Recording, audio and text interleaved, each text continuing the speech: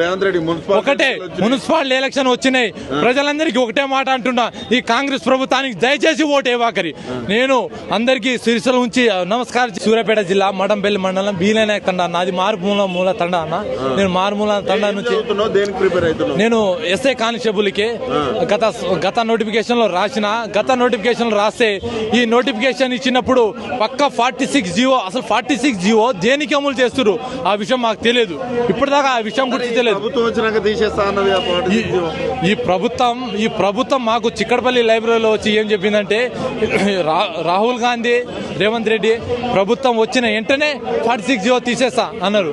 ప్రభుత్వం వచ్చిన వెంటనే 46 జీవో కాలేదు. కాకపోయిన కారణంగా మళ్ళీ మీకు వెంటనే 2 లక్షల ఉద్యోగాలు వస్తుంది అన్నారు. 2 లక్షల ఉద్యోగాలు అనలేదంటారు. మహేష్ కుమార్ గౌడ్ నిన్ననే ఒక ఇంటర్వ్యూలో చెప్తున్నాడు, మేము 5 సంవత్సరాలలో ఇస్తానన్నాం, సంవత్సరానికి ఇస్తా అని లేదంటున్నాడు. నువ్వు 5 మా దగ్గర అన్ని ఉన్నాయి, అన్ని రికార్డు ఉన్నాయి. కావాలంటే మహేష్ కుమార్ గౌడ్, రేవంత్ రెడ్డి సార్ అందరూ కలిసి రారి.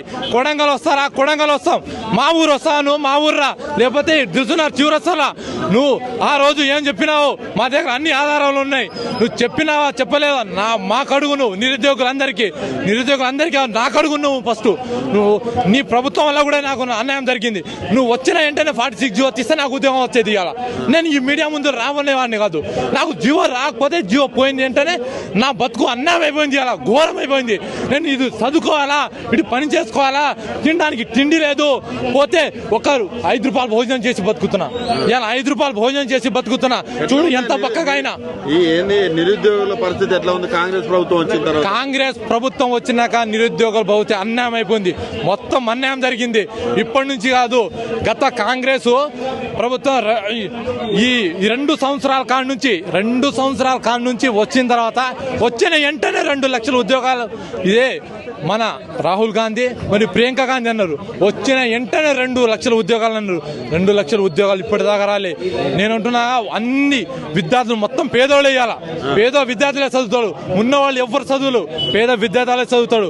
పేద విద్యార్థులు చదవాలంటే వాళ్ళకి ఏదో ఒక సోషల్ ఇంటికా నుంచి డబ్బులు రావాలంటే వీళ్ళ పథకాలు అమలు చేయాలంటే వీడు రైతు భరోసా ఇవ్వాలి. మా నాన్నకి రైతు భరోసా అంటే ఆ రైతు భరోసా తోటి నాకు పంపిస్తాడు. అప్పుడు నేను చదువుకుంటే నోటిఫికేషన్ ఇవ్వాలి.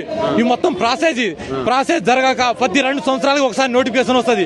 ఇప్పుడు దాకా ఒక్క నోటిఫికేషన్ లేవు. ఆ జీవోలు కూడా ఊసలేవు. ఇంటికాడ మీ అమ్మ నాన్న రైతు పనులు చేసి పైసలు పంపిస్తారు. వాళ్ళు కూడా ఇప్పుడు పంపించే పరిస్థితి ఉందా? లేదు, అసలే లేదు. ఇవాళ మా నాన్నకు పోతే ఒక 700-800 వస్తుంది. మా అమ్మ తినాలి, అందులో మా నాన్న తినాలి. ఇప్పుడు నాకేం పంపిస్తారు? ఇప్పుడు నేను ఒకరోజు పనికి పోతే ఇలా సిలబస్ మిస్ అయిపోద్ది. నాకు సిలబస్ మిస్ అయిపోద్ది. నేను చదువుకోవాలా, పనికి పోవాలా? రేవంత్ రెడ్డి ఎందుకు ఓటు వేయద్దంటున్నావు? 2 మార్పు కావాలన్నది మామూలుగా మార్పు రాలే. దండం పెడతా సారు, మీ మార్పు వద్దు, మీ ఏం వద్దు, మీ పరిపాలన వద్దు. మేమే నిలబడతాం, నీ స్థాయి మేమే గెలుస్తాం. మీ పరిపాలన వద్దు. మీ మీద మా ఆశలు మొత్తం వెళ్ళిపోయినాయి. ఇప్పుడు మా నాన్న నాకు తిడుతుండు. మా నాన్నకి నేనన్నా కాంగ్రెస్ ఓటేయమని, మా నాన్న నాకు తిడుతుండు. ఎందుకన్నావురా నువ్వు? నాకు తెలియదు వాళ్ళ కాంగ్రెస్ గురించి. మా నాన్న నాకు తిడుతుండు. కాంగ్రెస్ ప్రభుత్వం దొంగ అని మా నాన్న ఎప్పటి నుంచో చెప్తుండు. దొంగ పార్టీ రాది, నమ్మకం రా అంటే ఇది నిజం అయిపోయింది, ఇది వాస్తవం అయిపోయింది.